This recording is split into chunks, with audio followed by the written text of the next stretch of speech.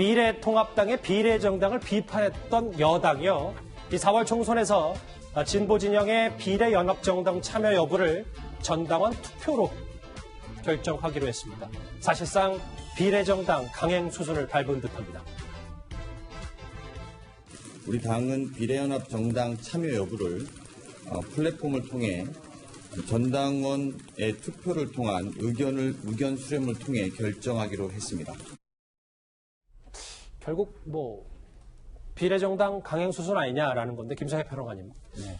속내는 일당을 뺏길 수는 없다. 이런 그렇죠. 실리의 의장직이 너무너무 중요하다 이런 겁니다. 근데 여기서 아쉬운 건 뭐냐면 우리 국회가 역시 힘의 정치 말고는 없구나. 그러니까 대화 타협의 정치를 한번 잘해보려는 생각 이런 건 없구나. 그렇기 때문에 국회의장을 뺏겨서는 힘에서 밀릴 수 있기 때문에 그걸 해야 되겠구나 이런 생각인 건데요.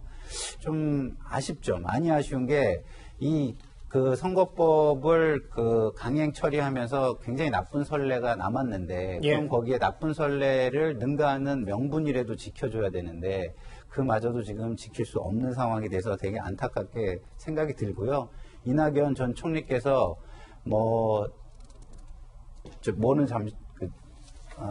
비난은 잠시지만 책임은 몇 년 간다 이런 말씀하셨는데 저는 정의당에 빗대서 이런 말씀을 좀 한번 해보고 싶어요. 단맛은 잠시지만 국민의 평가와 이미지는 상당 기간 갈 것이다. 이런 말씀을 드리고 싶습니다. 사실 너무 많이 써서 식상하긴 합니다만 내로남불 비판이 거셀 수밖에 없습니다. 비례 위성정당을 비판했던 과거 여당의 목소리 들어보겠습니다. 비례 한국당이니 비례 자유한국당이니 명칭이 난무하는데 이런 행위는 국민의 투표권을 침해하고 결국 정치를 장난으로 만드는 것입니다. 말 그대로 종이정당이고 창고정당이며 위장정당이고 한마디로 가짜정당이라고 저는 규정합니다. 이런 정치기획은 헌법과 법률이 정한 정당 정치의 근간을 뒤흔드는 참 나쁜 정치이며 한국 정치사에서 두고두고 오점으로 남게 될 것입니다. 원론적인 저의 입장은 이미 올라가 있고요. 당대표, 원내대표의 발언이 다 부메랑으로 돌아오는 건 아닌지 모르겠는데 이현재 의원님. 네. 그런데 지금 마지막에 화면에 만나봤던 이낙연 선대위원장이 아까는 원론적인 얘기라고 했는데 지금 언론 보도를 통해서 얘기지만 이 비례위성정당 만드는 거 관련해서 비난은 잠시지만 책임은 4년 동안 이어질 것. 이낙연 총리, 전 총리가 이런 발언에서 깜짝 놀라신 분들 많을 거예요. 참 이걸 보면요. 좀 전에 이제 화면으로 보면 이인영 원내대표가 연설하는 모습 보시고 하는데 참 어떤 면에서 예전에는요. 정치인들이 뭘 잘못하면 아유 죄송합니다 사과하고 그랬어요. 근데 지금 굉장히 이 여당의 특징은 뭐냐면 그래서 어떻게 하려고 이런 식입니다. 참 비판하는 사람이 좀 머쓱할 정도로 어떤 면에서 보면 비난은 조금 하십시오. 그렇지만 우리는 영원히 4년 동안 책임질 겁니다. 라고 지금 또 말을 바꾸고 있는 거 아니겠습니까?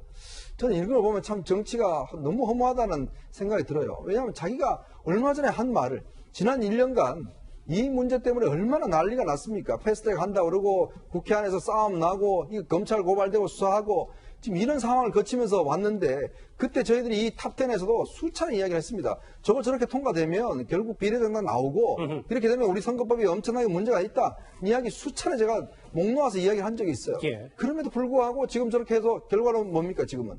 지금은 이제 한다는 거 아니겠습니까? 결국 자기들이 책임 못 지니까 당원들한테 투표 붙여서 당원들한테 책임으로 떠넘기자는 거 아니겠습니까? 자, 그러면 최소한 양심이 있어야죠. 그러면 국민들한테 나와서 사과를 하든지 석고대죄를 하든지 아니면 이 통과와 관련된 책임 있는 사람들이 불출마를 해서 정책 책임을 지든지 뭔가는 있어야 될 거 아니겠습니까? 아무런 일이 없었다는 듯이 우리는 그냥 책임지니까 우리 명분 만들면 되니까 그렇게 해서 또 한다?